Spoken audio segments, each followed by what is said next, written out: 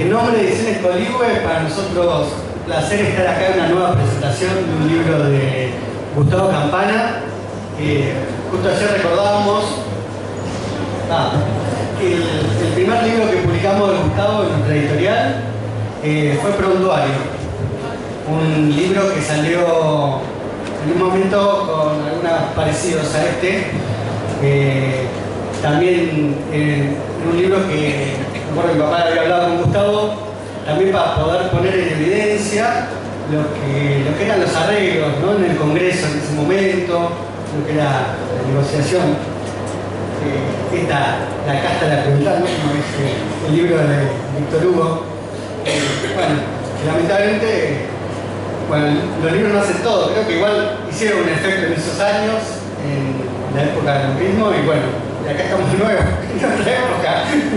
Y bueno, también justo recordábamos acá con Gustavo antes de entrar, porque me dijo acá una persona de Coligüe, también estaba recordando lo que fue hace 2 años cuando presentamos el libro de Malvinas, un libro que para mí es hermoso, la verdad que es un libro que me gusta mucho en los últimos años de la editorial.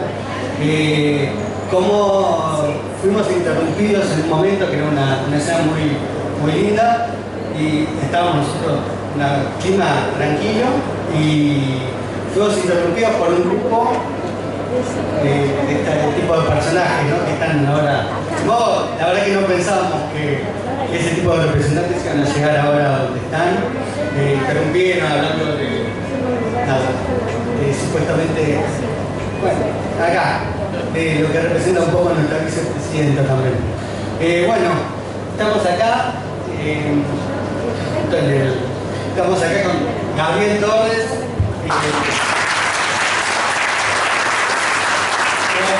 Me acompaña siempre a Gustavo en las presentaciones de Funes.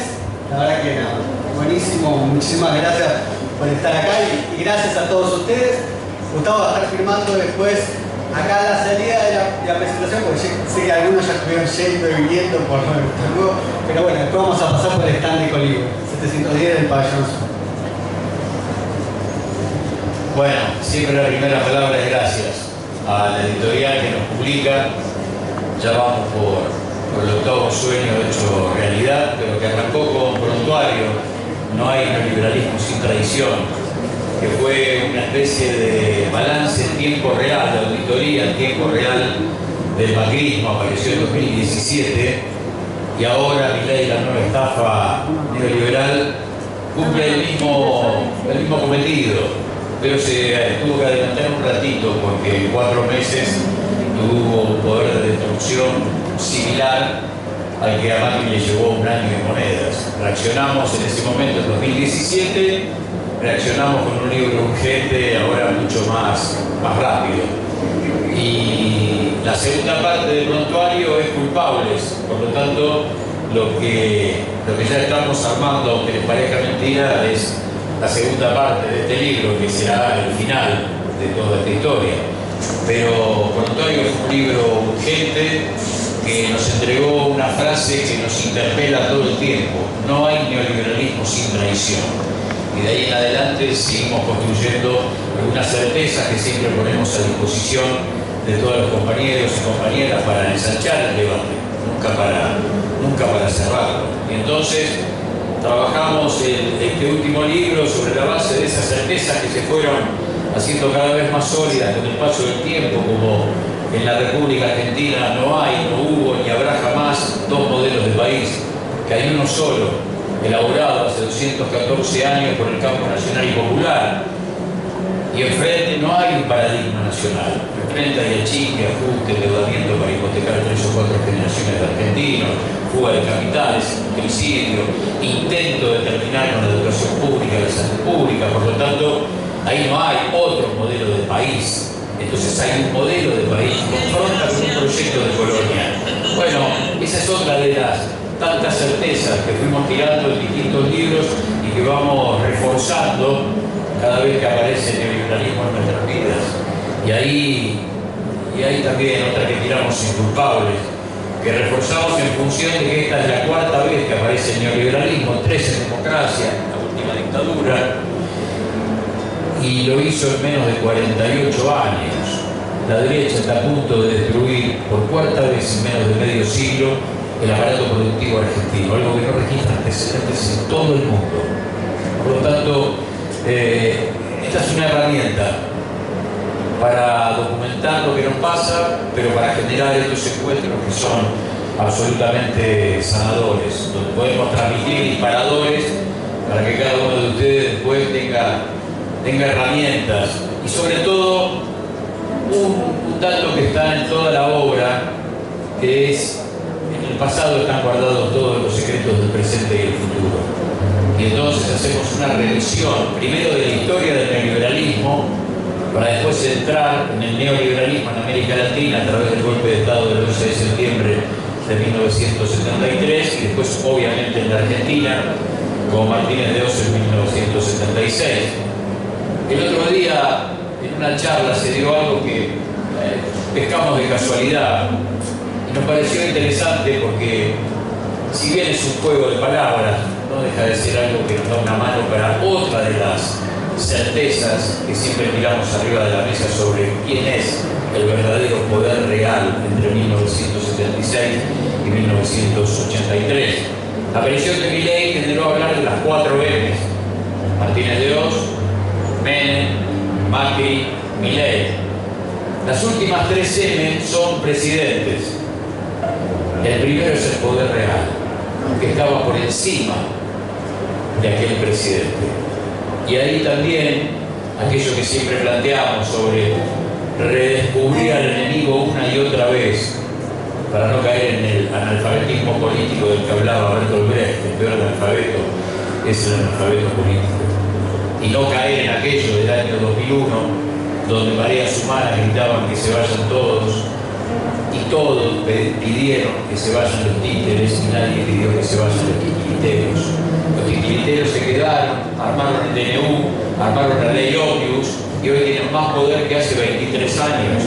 Por lo tanto, la próxima vez que lo hagamos, salgamos a buscar a los títeres que correspondan, por supuesto, como siempre, pero antes a los titiriteros. ¿Por qué? Porque el gran problema que tenemos es el modelo. No importa el apellido, el banco de suplentes es enorme, si no son estos serán otros, el formato de aplicación le cambia algunas cositas al plan, pero el plan es siempre el mismo.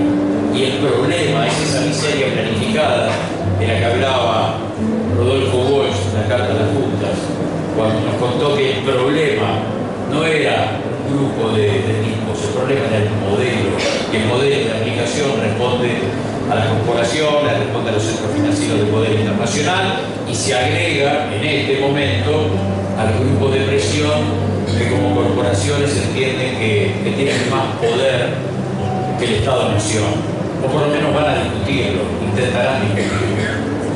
Bueno, nos metemos en la presentación y vamos a mezclar un poquito de las cosas que hacemos con Funes, sobre todo a partir de la llegada de Milei a nuestras vidas. Nos pareció que con momentos nos sentimos exiliados en nuestra propia casa, que hay algo que por momentos nos hace decir que ¿qué pasa? ¿Qué es esto? Y esto se parece por momentos al exilio. Y empezamos a jugar con la palabra exilio y dimos con aquel texto de mayo de 1980 de Juan Gelman. Y ustedes cada vez que me escuchen hablar de ese exilio, trasládenlo a la cotidianidad de la Argentina 2024 y se parece bastante.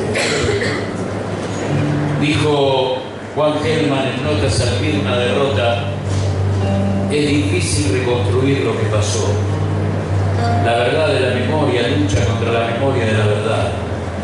Y han pasado años, los muertos y los odios se amontonan, y el exilio es una vaca que puede dar leche envenenada.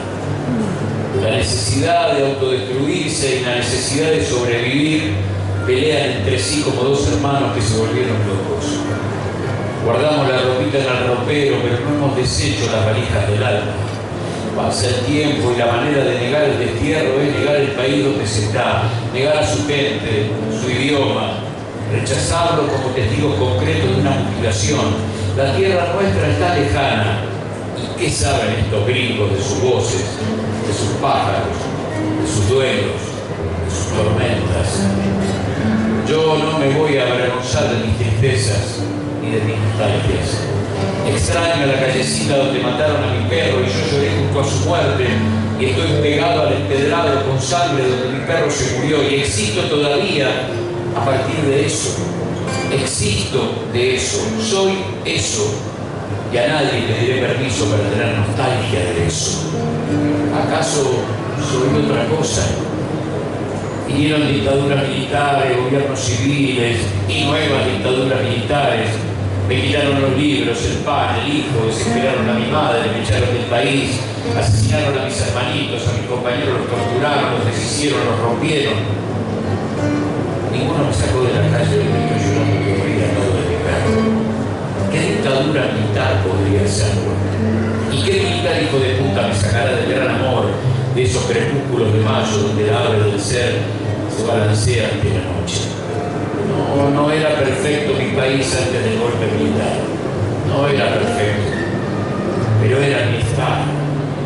Eran las veces que temblé contra los muros del amor, las veces que fui niño, perro, hombre, las veces que quise, las veces que me quisieron. Ningún general le va a sacar nada de eso al país. Ningún general. Y es justo que la extrañe, porque siempre nos quisimos así. Ella pidiendo un poco más de mí, yo de ella, dolidos ambos del dolor que el uno al otro hacía y fuertes del amor que nos tenemos. Mi tierra es única, no es la mejor, pero es única. Te amo, patria, y nada más. En ese amor quemamos imperfecciones. No debería arrancarse a la gente de su tierra. La gente queda dolida y la tierra también. Y a veces aparecen poetas como Gaby, que en 3 minutos te pueden decir que cantar o contar son 2 verbos que vienen bien para salir del espanto. Gabriel Torres y Pela Torres.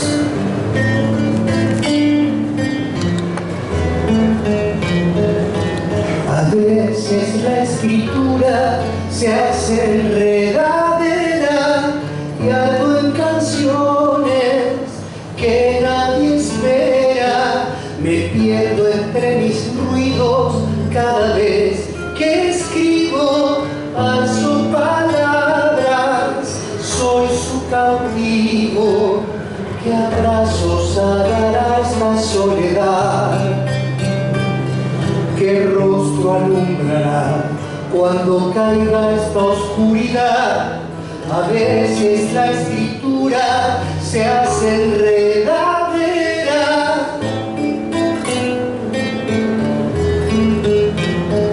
Por eso canto, para librarme del espanto de que vivir me cueste tanto.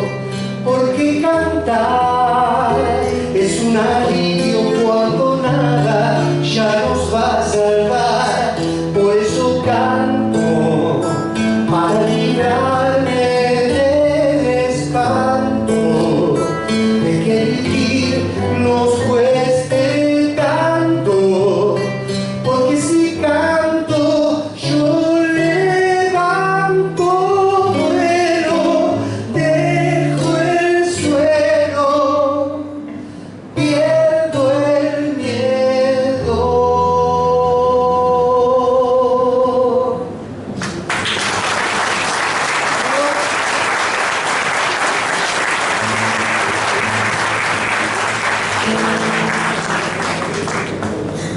El Fondo Monetario Internacional fue parido en 1944. Es el formato que van encontrando los ganadores de la Segunda Guerra Mundial, liderados por Estados Unidos, para el cambio del patrón oro.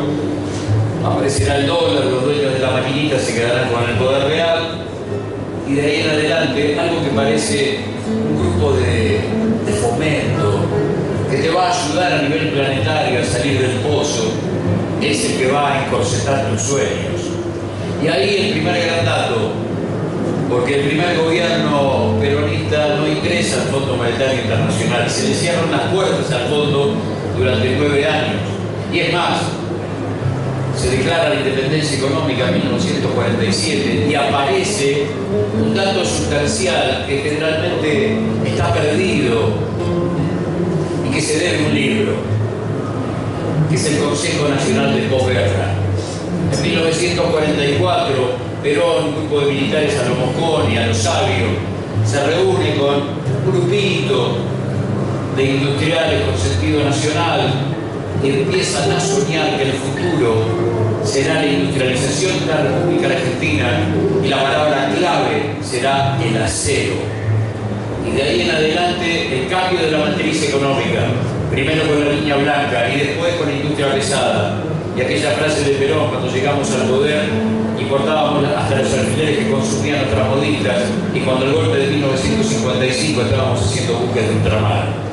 Tanto que hay que tener muy presente, porque con 12.000 kilos de explosivos, bombardeo a la plaza, el golpe de septiembre del 55, los fusilamientos del 56, la Argentina ese año, de la mano de la dictadura, ingresa al fondo y en 1957 toma el primer préstamo. Y a partir de ese momento, achique y ajuste dictaminado por Washington, que va a tener cerca del 20% del paquete accionario del fondo en esa mesa chica, y van a generar algo que es un sueño que el neoliberalismo va a profundizar. La economía primaria para nosotros, proveedores de materias primas y compradores compulsivos de productos elaborados. Después de la Segunda Guerra Mundial también aparece el estado de bienestar como un método de control social, sobre todo para Europa, teniendo en cuenta que algunos países, Italia teniendo el PC más importante del continente, con una enorme industria automotriz y metalúrgica, era un fantasma.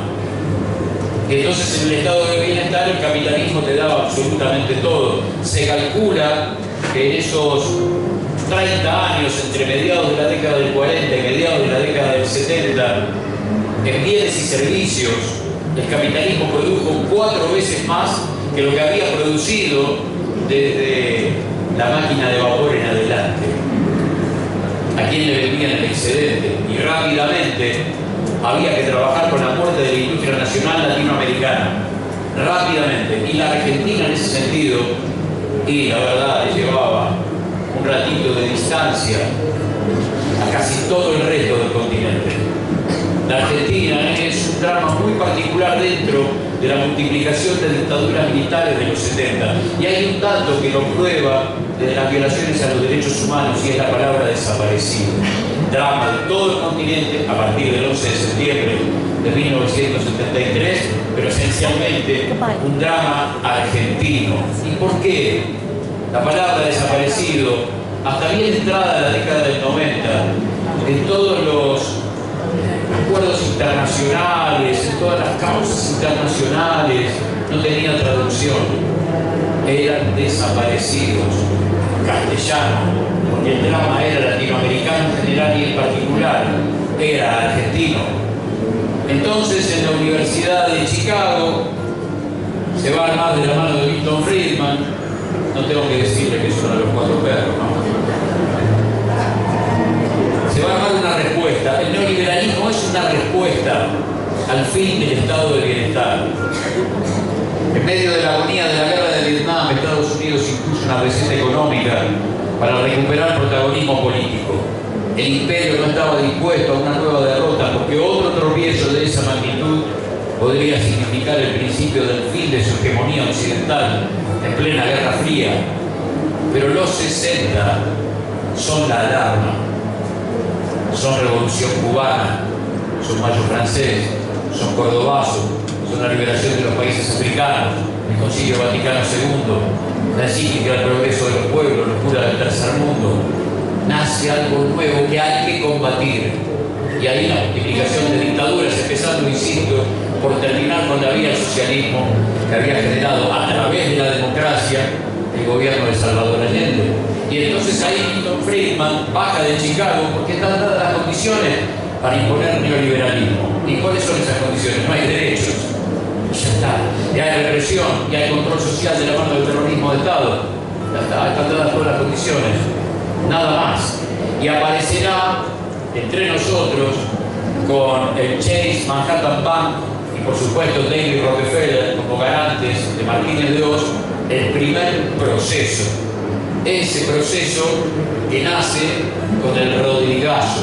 Porque el Rodrigazo, y esto lo decimos siempre, no nos vamos a cansar de plantearlo en cada charla, lo escribe el número 2 de Celestino Rodrigo, que no era otro que Ricardo Mansueto Sin, hombre de Martínez de Oz, hombre del grupo Ascuénaga, que lo coloca y es el que escribe el Rodrigazo para implosionar el estado de bienestar de la Argentina con una devaluación del 180% y un aumento de tarifas del 300%.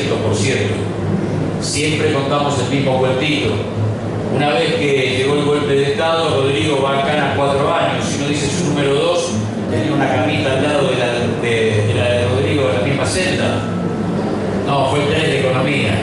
Martínez de Oz, Guillermo Walter Klein y Ricardo Mansueto Sin. ¿Y qué pasó con el bueno de Sin? Cuando se fueron a casa, Videla y Martínez de Oz y entraron Viola y Sigón. En febrero de 1981 volvió a casa, volvió al grupo Sogma.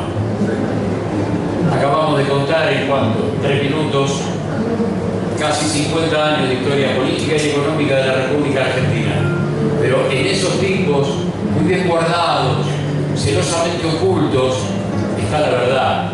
Ricardo Mansueto Sin es el autor de Achicar el Estado y Agrandar la Nación. Era como el gran teórico que tenía el golpe de 1976. Todos los procesos, los 4 procesos neoliberales, por supuesto que son distintos, pero a su vez todos son iguales entre sí, todos persiguen el mismo fin. Hay algunas, qué sé yo, diferencias en el formato de aplicación y sobre todo porque cada uno de ellos fue ocupando un lugarcito y el que vino profundizó el trabajo que hizo el que estaba atrás. Con Martínez de Oz se muere la patria productiva, nace la patria financiera y eso dura de la mano de la planta dulce hasta la quiebra del BID. Solo 4 años, hasta marzo de 1980. Vendrán las 3 devaluaciones de Sigón de 1981 y si había un problema, ahora había un problema mucho más grande y se estira un poquito la dictadura de la mano de la locura de Malvinas, pero en marzo de 1980 había muerto la patria financiera, por primera vez 350.000 ahorristas se habían quedado colgados del pincel y golpeaban la puerta de los bancos exactamente igual que sucedió 20 años más tarde. Cuando ya después llegó el menemismo, ahí se profundiza la cosa, no solamente con privatizaciones, sino con la extranjerización de la economía argentina, con la segunda muerte del aparato productivo y fundamentalmente de la mano de una especie de enorme desarmadero del campo nacional y popular. Cuando llega Macri es el neoliberalismo atendido por sus propios dueños, que habían jugado un rol fundamental desde la dictadura en función de la patria contratista, pero ahora aparece una matriz patronal sin intermediación, ni militar ni política. Y me gustaría darles algunas de las palabras de esas que son muy justas siempre a través del libro, porque se puede masticar mejor. El menemismo que prometía volver a producir y distribuir regresó al formato que impuso Martínez de Oz para profundizar en democracia, las metas procesistas de concentración y extranjerización de la economía. Dejó al país sin moneda soberana, mató con importaciones la industria nacional y logró la liquidación del Estado a través de privatizaciones relámpago. Una década después, los que supuestamente venían a terminar con la lógica del mercado caníbal no cambiaron ni una coma al libreto riojano. 2 promesas incumplidas, 2 traiciones correlativas a través de fuerzas de ocupación, menemismo más alianza, ocupación de los partidos mayoritarios, destrucción de la vieja matriz ideológica del peronismo y del radicalismo. Dos presidencias que se encargaron de liquidar lo que aún quedaba en pie de la Argentina pre-golpe de Estado. Y con relación al macrismo, a partir del acuerdo de septiembre de 2018, el Fondo Monetario Internacional en la Argentina de Macri asumió la conducción de la Rosada y entonces comenzó a gobernar el que nadie votó, el Fondo Monetario Internacional. A casi 2 años del comienzo del gobierno, el presidente entregó el poder de manera anticipada a un elenco de titiriteros con sede en Washington. Después de estallar el país contra la economía de mercado, sin respuesta para tanto número negativo de la micro y de la macroeconomía y a un par de cuadras del default, Cambiemos entregó la llave. Un gobierno neoliberal que destrozó el aparato productivo por tercera vez en menos de medio siglo. Los salarios perdieron 20 puntos y la inflación anual se estacionó en el 50%. La fuga de capitales fue de casi 90.000 millones de dólares y los tarifazos de un 3.000% promedio atacaron con fiereza la economía cotidiana y engordaron las cuentas de los empresarios amigos. Siempre solemos decir que nuestras derrotas son muy trágicas, porque son miseria, son hambre, son cárcel, son muerte, son exilio. Pero ahí siempre nos da una mano el bueno de Saramago, que dijo alguna vez que la derrota tiene algo positivo, nunca es definitiva. En cambio, la victoria tiene algo negativo, jamás es definitiva. Gabriel Torres y ninguna derrota.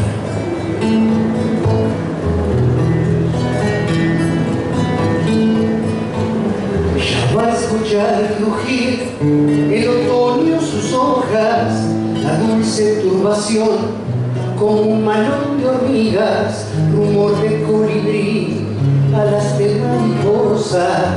Dicen que ninguna derrota puede ser definitiva. El río va a salir con su melena roja, el sol para adorar lo que el frío destiña. La noche hará crecer los pastitos que moja y ninguna derrota nunca puede ser definitiva. Que vas a volver, lo dice la radio, que dice todo lo contrario, lo dice la tele, que miente y desmiente el dolor que cena la gente. Que vas a volver a reír desafiante, que ya hemos llorado bastante. Nos sobra corazón, nos falta todo lo demás, pero sabes, cada vez seremos más.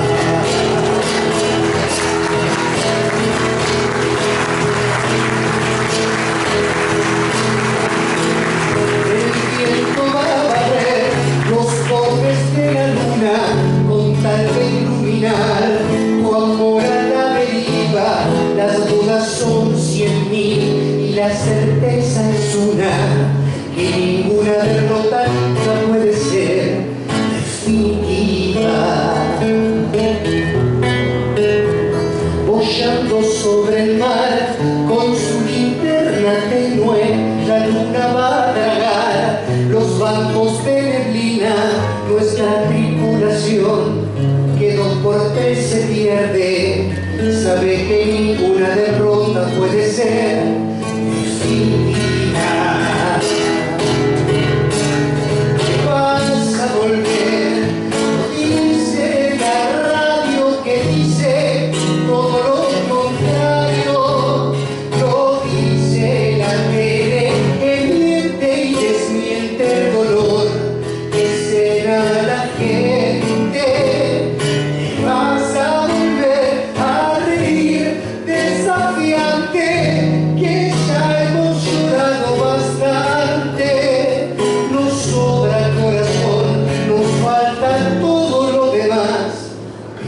saber que cada vez seremos más.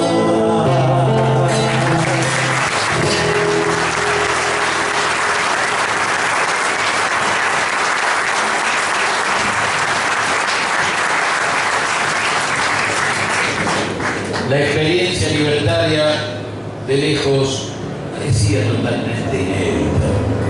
Pero a medida que vamos acortando la distancia y quedamos cara a cara con esta fase del neoliberalismo argentino, se trata de una vieja conocida.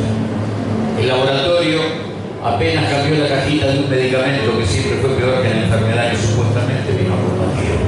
Un gobierno que no es ni anarco ni libertario, y que a la hora de salir a la cancha se plantó como un neoliberal clásico que sigue sosteniendo cosas más o menos novedosas solo en la apariencia engañosa y nada más.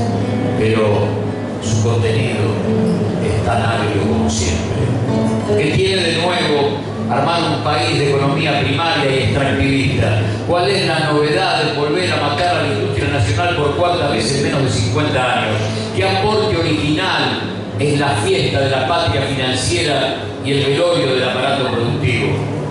Se dio en estos casi 5 meses una especie de revuelo de historia que la verdad genera que nosotros peleemos por poner de pie la verdad histórica. Porque no puede decir que la República Argentina en los últimos 20 años no creció, no se puede decir que en los últimos 20 años no hubo crecimiento de la tasa de ocupación. ¿Qué pasó? ¿No existió Néstor con crecimiento a tasas chinas?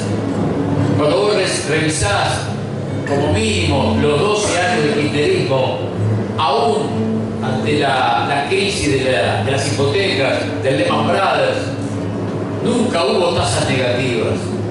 Nunca hubo tasas negativas. Las máximas tasas del 8,5, del 8,6. Pero si voy atrás, ya cuando quieren hablar de los últimos 100 años, el primer peronismo tuvo crecimiento, sobre todo en los primeros 4 años, que rozaron el 10%. No se hablaba de tasa china en ese momento.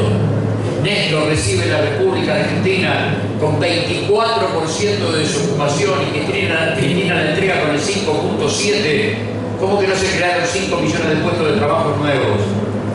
Son cifras, son datos. El Banco Mundial dice que se triplicó la clase media entre 2003 y 2015, no nosotros.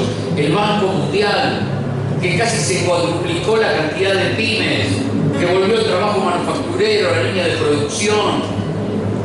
Hay que poner de pie la verdad histórica. Los datos están al alcance de la mano. Y en ese sentido, también poner de pie la verdad histórica con relación a que nunca fuimos la primera potencia del mundo. Estamos hablando de un presidente que conoce el PBI del año cero. ¿Se acuerdan de Davos? El PBI del año cero, ya ahí el señor, discúlpenme. ¿De qué PBI hablamos en el año cero? ¿Quién medía el PBI en el año cero? Bueno, en ese revoleo de historia permanente, como mucho, hay un montón de documentación que habla de esa séptima economía del mundo, sin distribución de la riqueza, con un pueblo muerto de hambre, 20 familias paridas a través de la conquista al desierto, que no saben lo que hacer con la guita. Nacerá aquello de la vaca atada, los muchachos yendo al verano europeo, con la vaca en el barco para tener leche fresca para los pibes, o tirar manteca al techo, ir a Macopa al Sagonsué tirando manteca al techo con algunos amigos en los burdeles de París, apostando guita, y el pan de manteca que caía primero era el que perdía. No sabían lo que hacer con la guita, mientras había millones de seres humanos sin derechos en medio de la miseria y la marginalidad. La distribución de la riqueza es uno de los datos más importantes. Yo diría que es el nudo de la batalla, de esta batalla inconclusa que lleva 214 años entre el modelo de país y el proyecto de colonia. Pero quiero contarles una historia que generalmente pasa desapercibida y tiene que ver con esos dobles apellidos de estancias fastuosas en el país profundo y de palacetes en la ciudad de Buenos Aires. En 1899 se lleva a cabo la Bienal de París. Se reúne el mundo para contar cómo va a ser el nuevo siglo. Y el stand argentino era un espectáculo, era una joya arquitectónica. Tal es así que cuando lo trajeron, lo dejaron casi un año y medio en la Plaza San Martín, porque había que exhibir esa joya que había llevado a Argentina para que la vea el mundo. Pero en el medio había una jaula con 9 onas, a los que se le daba de comer carne cruda. Y cuando se recibía a los empresarios europeos se les decía: ¿ves? Esto es la seguridad jurídica. Hemos terminado con esto. Para eso Roca y la campaña del desierto. Para eso matamos 15.000 y 17.000 los convertimos a la esclavitud. Esa jaula de onas recorrió casi todo el viejo continente para mostrar quiénes éramos. Siempre en las charlas decimos que hay un tipo que nos da una mano muy grande para decir quiénes somos. Y no es nuestro, no. Es Robustiano Patrón Costas, salteño, azucarero, senador, tipo que en la Cámara de Comercio Argentino-Británica, mirá vos en qué lugar, ya había sido declarado el próximo presidente de la Nación en el marco de la década infame con fraude patriótico, después de Ortiz, después de Castillo. Y Castillo asume por la diabetes de Ortiz, Ortiz muere, queda Castillo. Después de Castillo venía Robustiano Patrón Costas, aquel que dijo alguna vez: si algo no le perdona al peronismo, que a partir de su llegada un obrero me pide aumento mirándome a los ojos. Y el problema del tipo nunca fue la guita, era la dignidad extrema de millones de seres humanos.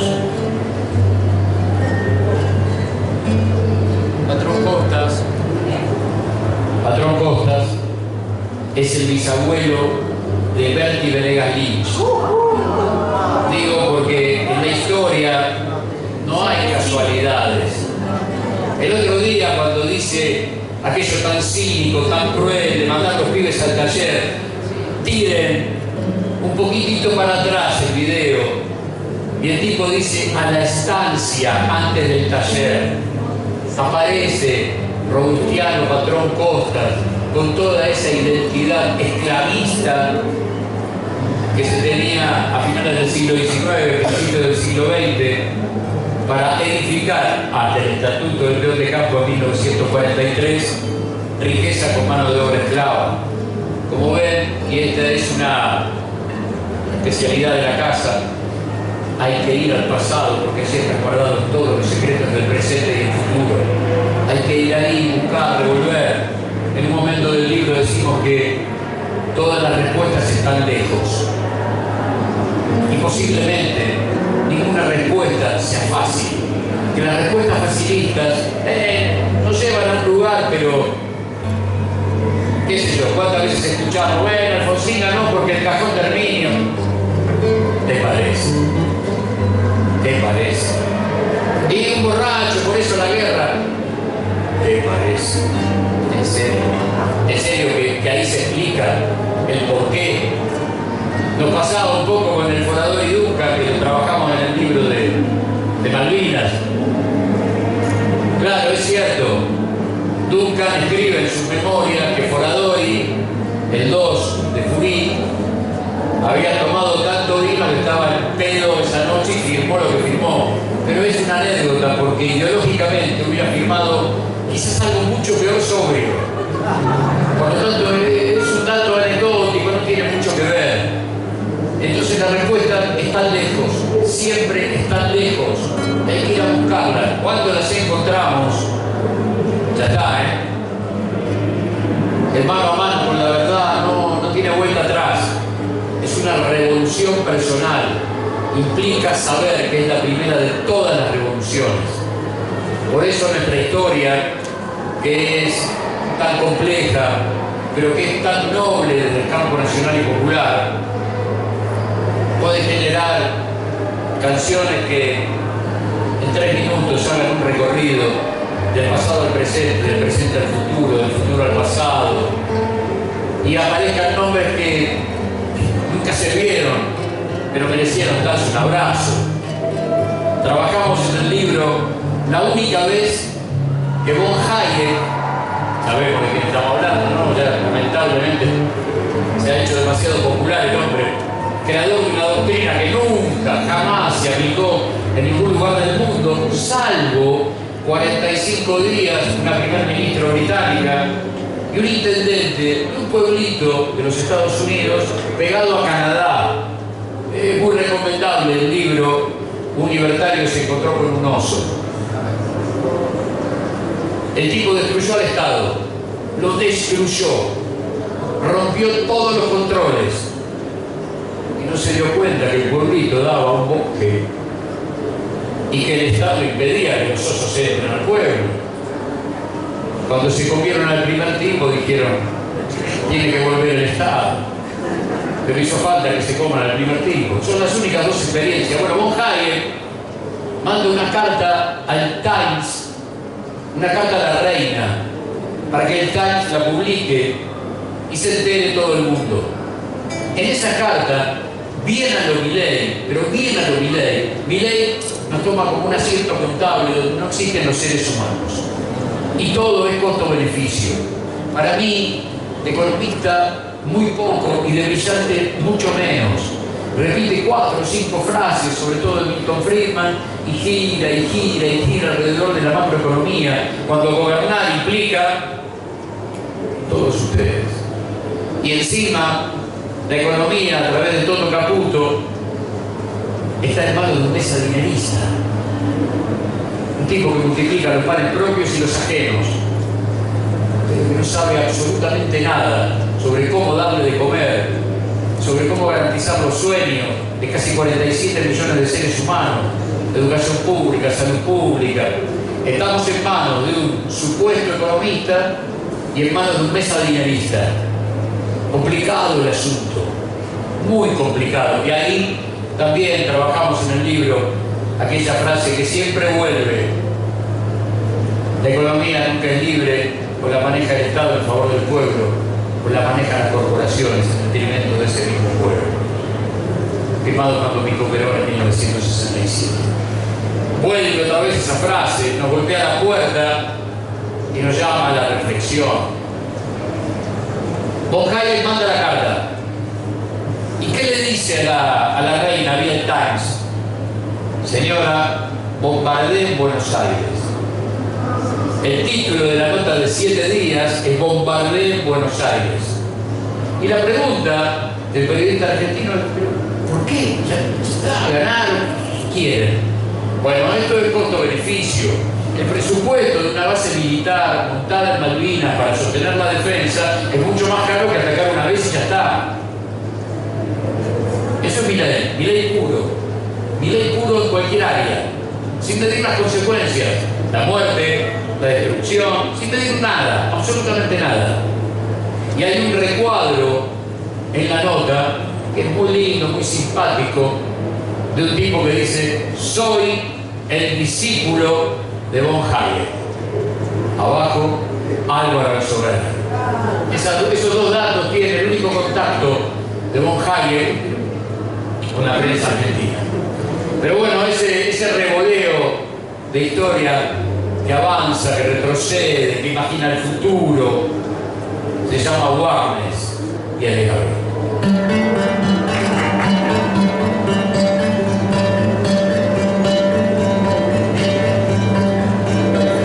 Parirás con dolor, medita el general, atrás del hospital que nadie inauguró. Los inquilinos de la nada se sintieron dueños, los propietarios se enojan en serio. Evita se estampó en la inmortalidad del amoroso corazón de sus grasitas. El Corpus Christi tira bombas, las vomita sobre una plaza de unas madres jovencitas. ¿Y a dónde irás, amor, en este carnaval? ¿A dónde irás bajo esta lluvia venenosa? Son muchos los que dan la vida por Perón, que manda tweets y manda likes, del exilio, cuando el avión bajó sin merendo alivio, desaforada temporada de homicidios, las vidas que violó el miembro militar, mientras viajaba al exterior la clase media. Ganamos un mundial, perdimos una guerra, ríen los ricos enjuagando deudas. ¿Y a dónde irás, amor, en este carnaval? ¿A dónde irás bajo esta lluvia venenosa? El cielo se incendió, las madres no se van. ¿A dónde irás, amor, asqueada de este temporal? ¿A dónde irás, amor, dónde darás tu funeral? Después, entre el preámbulo y la hiperinflación, llora un bebé escuchando aullar el mar de lobos sueltos. Vos ya sabés quién gana cuando el río está revuelto.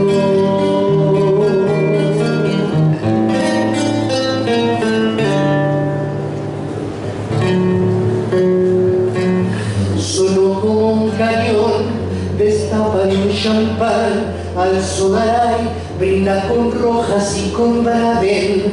Las golondrinas se incendiaron en el aire cuando dinamitaban el albergue Warnes. Antes de Navidad del siglo que empezó, un helicóptero despega en la terraza y nos juntamos a pedirles que se vayan. La Federal y a matarnos en la plaza. ¿Y a dónde irás, amor, en este temporal? ¿A dónde irás bajo esta lluvia embriagadora? Caer en la estación, Postel y Santillán. ¿A dónde irás, amor? ¿A dónde irás? ¿A dónde irás, amor, en este carnaval? ¿A dónde irás bajo esta lluvia venenosa? El cielo se incendió, las madres no se van. ¿A dónde irás, amor, asqueada de este festival? ¿A dónde irás, amor, dónde darás tu funeral?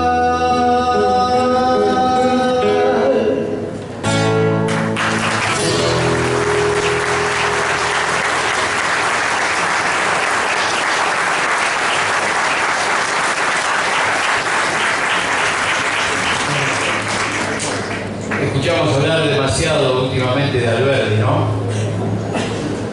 Un par de cositas para meternos en esos 60 años donde los conservadores, a través de dos partidos, hicieron lo que quisieron con la Argentina entre 1853 y 1916. Y lo primero que hay que rescatar es que esa Constitución no fue fruto del consenso, no fue fruto del diálogo, nace después de Caseros, nace como parte de una victoria militar en el marco de nuestra guerra civil, en un instante de nuestra guerra civil que terminará después en el Pozo de Vargas, pero que obviamente fue armado por los ganadores. No invitaron a quienes perdieron la batalla, a quienes habían generado un grito soberano en la vuelta de obligado. No, es una constitución armada por los ganadores de ese momento de nuestra guerra civil. Y por supuesto, proscrito todo el pueblo hasta 1916, un momento donde el patrón de estancia agarraba 20 libretas y iba al de la iglesia. Estos 20 votan a proscrito, todos. Y llegarán, para muchos radicales amnésicos, para De Loredo y compañía, encabezando la comparsa, 3 revoluciones radicales, con el revólver en la cintura, con trincheras en toda la ciudad de Buenos Aires y centenares de muertos, 3 derrotas militares y 3 victorias políticas pidiendo el voto, que después terminó siendo el voto universal y secreto, que recién fue universal a partir de las elecciones de 1951 con el voto de la mujer. Pero en 1916 Sáenz Peña entiende que vinieron 3 veces, van a venir 4, 5, 6, qué sé yo, van a venir siempre. Y entonces se sienta y negocia. Y dirá algo que yo les pido que se lleven, porque es una frase que, claro, como Sáenz Peña era de ellos se encargaron de guardar esa frase en un cajón. Si alguna vez un voto fue comprado, ese voto nunca fue vendido. Y está hablando de la relación de fuerzas entre el capital y el laburante esclavizado. Si alguna vez un voto fue comprado, ese voto nunca fue vendido. Y llegará el pueblo en 1916 para ese gobierno con claroscuros, con la Semana Trágica, con el fusilamiento de la Patagonia, con las muertes de la Forestal, sin duda, pero por primera vez aparece el pueblo con su sueño, votando de manera limpia. Bueno, ese es el primer gran problema. ¿Y cómo lo contamos? A través de la marcha universitaria. Porque ahí está la reforma del 18, 2 años después de ingresar a la Casa de Gobierno, y está la gratuidad de 1949, pero no es casual. Pero vamos a 4 o 5 líneas que lo explican mejor. La vieja universidad prohibida para el pueblo solo recibía a los hijos del poder, aulas para garantizar el control ideológico y la continuidad del sistema, generaciones educadas para transformarse en los futuros dirigentes del conservadorismo con los mismos valores de sus antecesores. En 1918 existían 3 casas de altos estudios nacionales: Córdoba desde 1613, Buenos Aires desde 1821, La Plata desde 1890. Las 3 tenían 14.000 alumnos. De eso se trataba la Universidad Argentina en el momento de la reforma de 1918. La ley Sáenz Peña impulsó el sueño del pueblo al poder. El radicalismo en el gobierno generó la ilusión de una clase media en la universidad. La reforma del 18 estalló en Córdoba y contagió al país. Y Milei, que sueña con una Argentina del siglo XIX previa a la reforma universitaria, claro que es el enemigo de esta Argentina laboral, con leyes fuertes, con salarios que puedan motorizar desde allí el círculo virtuoso de la economía, con demanda comercial, y a mayor demanda comercial, mayor demanda industrial, y con las 2 demanda laboral, se planta como el enemigo. Que fuimos construyendo a través del 18 y la gratuidad del 49. La universidad del siglo XXI tiene casi 3 millones de estudiantes, con relación a los 14.000 que tenía esa universidad conservadora, armada para generar a los dirigentes del conservadorismo del futuro. Adoctrinamiento. Ese era el adoctrinamiento. Sin discusión plural, sin pensamiento crítico, sin revisionismo histórico. Eso era adoctrinamiento. 12.000 carreras de pregrado, grado y posgrado en cualquiera de las 130 universidades que tiene la República Argentina. Yo creo que era el 18, nos fuimos con el móvil de la 750, con el equipo de Víctor Hugo, a la de Lomas de Zamora, que no forma parte de las nuevas creadas por el kirchnerismo, sino que ya tiene más de medio siglo, pero que, por supuesto, es universidad de proximidad. Es la que posibilitó que muchos compañeros y compañeras, en lugar de viajar un par de horas de ida, un par de horas de vuelta a la salida del laburo, pudieran tener la universidad a la vuelta de casa. Y ahí vino un profe y me dijo: ¿sabes cómo se puede sintetizar la distancia, la diferencia entre nosotros y cualquier universidad que dependa de la UBA o cualquier universidad privada de capital? En la foto de la familia, en la selfie. ¿Y cuál es la diferencia? En otras casas, la foto es cuando se egresa, y acá es cuando se anota. Es el festejo porque viene la primera generación de estudiantes universitarios de la familia, porque se logra acceder a un mundo prohibido en esa Argentina que manejaba Piaget el conservadurismo. Y entonces empezamos a preguntarnos, en función de esa proscripción que siempre anda sobrevolando, en qué momentos el hombre y la mujer de a pie en la República Argentina gozaron realmente de derechos y de garantías. Y la verdad que esos momentos son la excepción, y las reglas es la proscripción. A ver, no solamente a través del decreto 4161, no lo podés nombrar que vas en cana, no podés cantar la marchita que vas en cana, 18 años de exilio y proscripción de la mayoría. Ahí ya lo documentaron los tipos. Pero hay otras formas. 3 siglos de conquista española, y en ese marco 48 días fuimos provincia británica de ultramar en 1806. A los originarios, a esos que a través del primer genocidio en América Latina les faltan 50 millones de seres humanos, desde el sur del río Bravo hasta Tierra del Fuego, por el hambre de oro y plata del conquistador. 10 millones nada más de indios murieron en las minas de Potosí. Les quitaron su riqueza, su territorio, su lengua, sus dioses, proscriptos. 3 siglos. Después, lo que acabamos de contar, entre 1853 y 1916, los tipos se prestaban a la presidencia de la nación. Ya fueron un poco más prolijos a partir del 30, década infame con fraude patriótico. Le pusieron un cartel para que sepamos de qué se trata. Y ahí siempre contamos que cuando vino la elección entre comillas, después de Justo, para que llegue Ortiz, mandan a un argentino a comprar un sistema de recuento de votos, un sistema técnico, el último grito de la moda de Estados Unidos. Y el yanqui le dice, en un país tan largo y tan ancho, con este sistema, sabemos el nombre del nuevo presidente en 24 horas. El argentino le dice, me parece que nuestro método es mejor, lo sabemos un mes antes. Aquello duró hasta 1943 y después, entre 1955 y 1973, los 18 años, más 7 años y medio después, en la última dictadura.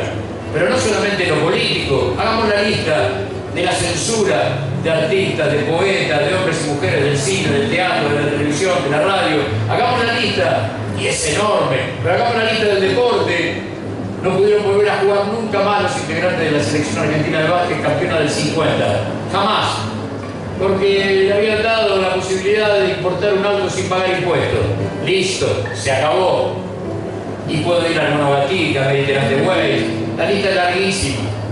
La proscripción fue la regla para el pueblo argentino durante mucho tiempo. Y los momentos donde gozamos de derechos y garantías, claro que fueron solamente pequeñas excepciones, pero esas excepciones fueron fruto de la lucha, de la conquista, en la calle, en el sindicato, en el centro de estudiantes, en los partidos políticos. Nunca llovieron derechos en la República Argentina, nunca llovieron derechos en América Latina. Por lo tanto, a veces en estas charlas empezamos a encontrarnos con que nos hablan de Milei con sentido de eternidad. Y uno trata de contar la historia. Siempre el pueblo argentino volvió. Quizás no de la manera que lo soñábamos, es posible. Quizás no en el momento que lo necesitábamos, es posible. Pero pensar que nunca ganamos ningún partido ni dimos ninguna vuelta olímpica es un error que no podemos cometer. Y dentro de esas certezas que siempre ponemos a disposición de los compañeros y de las compañeras, yo sé que en 214 años de historia del campo nacional y popular, desde el plan de operaciones de Moreno para acá, todo podemos haber cometido un error, 100 errores, 1000, 100.000, quieren 1.000.000, yo firmo 1.000.000. No tengo problema. Pero ustedes tienen que saber que ellos siempre vuelven por nuestros aciertos. nunca por nuestros errores. Siempre vuelven por esa fábrica de sueños, derechos e ilusiones que es el campo nacional y popular en la República Argentina. Y encima, el cambio de la matriz económica con la creación de la industria nacional. Son demasiadas declaraciones de guerra a un poder que estaba muy tranquilo, muy tranquilo. Por ahí, y es muy interesante cuando uno revuelve en la historia, hay un documento que sale en 1945 y es un grupo de nostálgicos. Es un grupo que el 18 de junio de 1945 reúne a 319 entidades de la industria y el comercio para firmar. Desde 1919 el país ha vivido dentro de una casi perfecta tranquilidad social. Era un alto reflejo. 1919 son 800 cadáveres en los talleres de Bacena por pedir 8 horas de laburo ahí en la frontera entre Almagro y Boedo, en la Semana Trágica. Los tipos volvían a pedir esa represión para volver a estar tranquilos. Son sucesos argentinos, don Gaby. Son las 8, me dice. Si eso fuera, yo no veo que nadie ahora. Vamos a cerrar. Sucesos argentinos. Son las 8. Son las 8. Quedó buenísimo.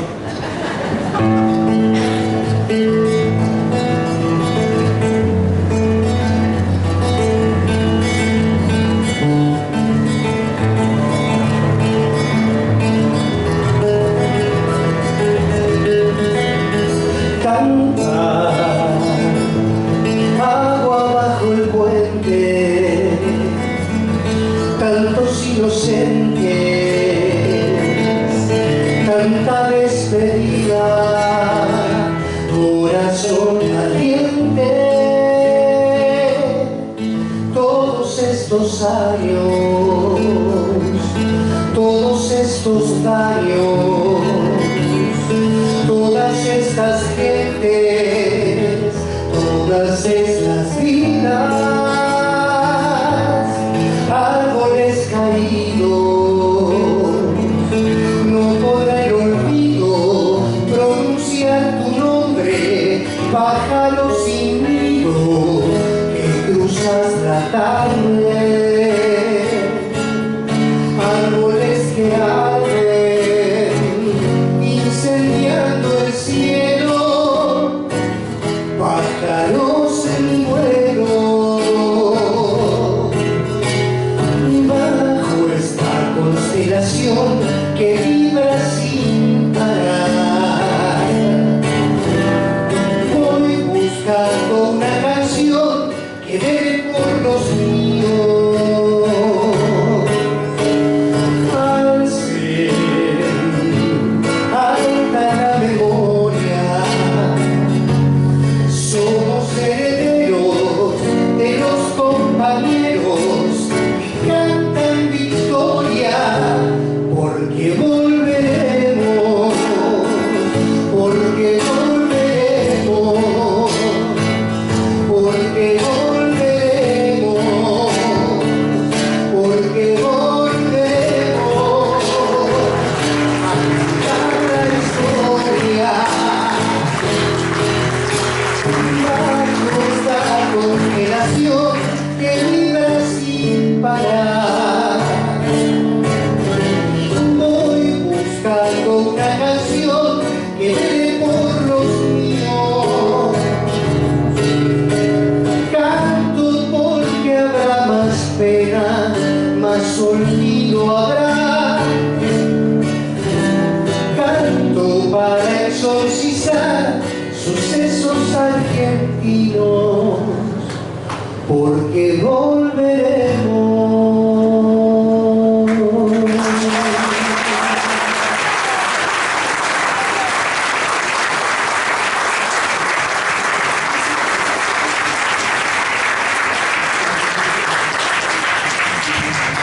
Milei entiende a la Argentina como un asiento contable que no registra la existencia de seres humanos. Y por lo tanto, su fundamentalismo de mercado tiene por necesidad algunas palabras prohibidas. El gobierno no habla de industria nacional ni de exportaciones con valor agregado, tampoco de mercado interno vigoroso, fruto de salarios fuertes, con poder de compra, con poder de ahorro, que con demanda comercial multipliquen el requerimiento mercado. La economía de Caputo mira a la Argentina como una gigantesca mesa de dinero para multiplicar los pares de las corporaciones, de aquí y de allá y de todas partes del mundo. Toto también tiene un diccionario corto. Solamente habla de deuda, de especulación financiera y de fuga de capitales. Pero como un asesino que volvió al escenario del crimen, libre de culpa y cargo, decretó en su reaparición un ajustazo neoliberal clásico sobre los asalariados y multiplicó las ganancias futuras de las exportaciones. El mismo que endeudó a la Argentina con un bono a 100 años, el que generó la estafa millonaria al fisco de Dardelí y el que es parte de una familia acusada de haber financiado el intento de asesinato de Cristina, fue el encargado de anunciar el primer balazo de la era Milei sobre los sueldos. Siento que estamos terminando y todavía no empecé a hablar de mis arruenos. Por lo tanto, hay un capítulo del libro que necesita poner de pie la verdad histórica. ¿Cómo negar que el terrorismo de Estado fue la primera medida económica de Martínez de Hoz para terminar con ese país que tenía 2% de desocupación, 6.000 millones de dólares de deuda externa, aparato productivo de pie con trabajo a 3 turnos, 47-48% del PBI para los trabajadores, el 80% sindicalizado y en blanco? ¿Cómo no entender eso? ¿Cómo negar el secuestro, la tortura, el exilio, los vuelos de la muerte, el robo de bebés? ¿Cómo negar a los 30.000? Este gobierno, en algunos puede ser negacionista, en otros son nostálgicos, buscan que se repite. Y contamos en un momento del libro que estos tipos discuten hasta la asamblea del año 13, porque la dolarización es la otra cara de la moneda, sí, les digo, de mandar a acuñarla por primera vez en la asamblea del año 13 y de terminar con los elementos de tortura que tanto añora la vicepresidenta de la Nación. Nos vamos con Resistiremos. Gracias por haber venido, gracias por el silencio.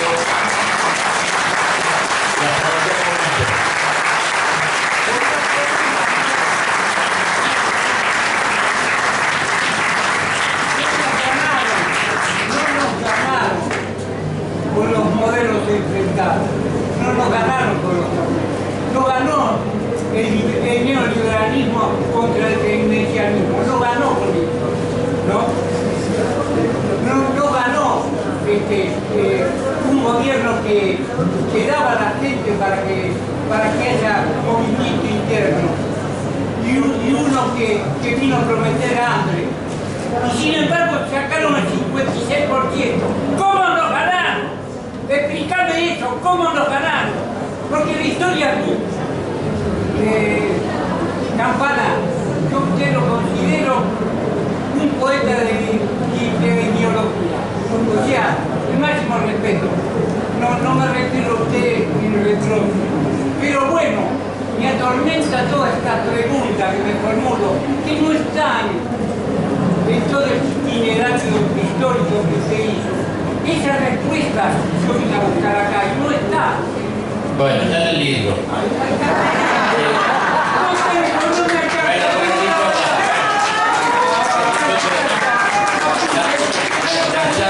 Las charlas son siempre imperfectas, porque tendríamos que tener un rato muy largo para meternos en eso que es un nudo. Lo que yo te voy a decir son dos cosas lo más rápido posible. Tu bronca es la mía. Lo único que creo es que hay varias tribus dentro del voto a Milei. No hay un solo voto a Milei. Hay un voto que por supuesto putea al gobierno de Alberto. Hay un voto que viene de un ADN, son los nietos o los hijos de Viva el Cáncer. Hay un voto de un montón de compañeros hambreados que fueron por ganar $150.000 en enero de este año. Hay un montón de tribus. No, pará, no alcanza con eso. No, pero pará. Pero acá es una cuestión moral. ¿Sabes? Cristo ha muerto. La moral tiene que desaparecer para ser libre. Y ahí empezás a arrancar la idea Muy bien. Yo lo único que quiero decirte es, en esto de la respuesta están todas lejos, vos me estás contando esto, e insisto, tu bronca es la mía, estamos en coincidencia total, pero sí quiero decirte algo que tenemos que tener todos muy presente. En 2015 teníamos el mejor salario medido en dólares de América Latina. Habíamos es el problema más profundo de un mal gobierno, porque tuviste 13 años y la despedida con 300.000 personas en la plaza, quizás el momento más virtuoso de la historia política y económica de la Argentina, y ganó el neoliberalismo. Entonces hay que ir a buscar un poquito más allá de esa bronca que vos tenés, que es la mía, pero algo nos pasa que es mucho más complejo, y es para mí la batalla cultural. De ahí en adelante bueno, no se había notado culturalmente. Se afanaron todos los